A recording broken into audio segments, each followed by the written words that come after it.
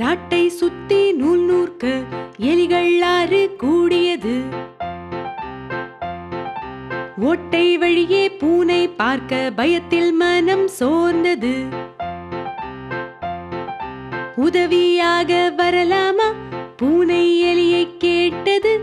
உங்கள் வழியில் போனால் போதும், எலிகள் கும்பிடு போட்டது.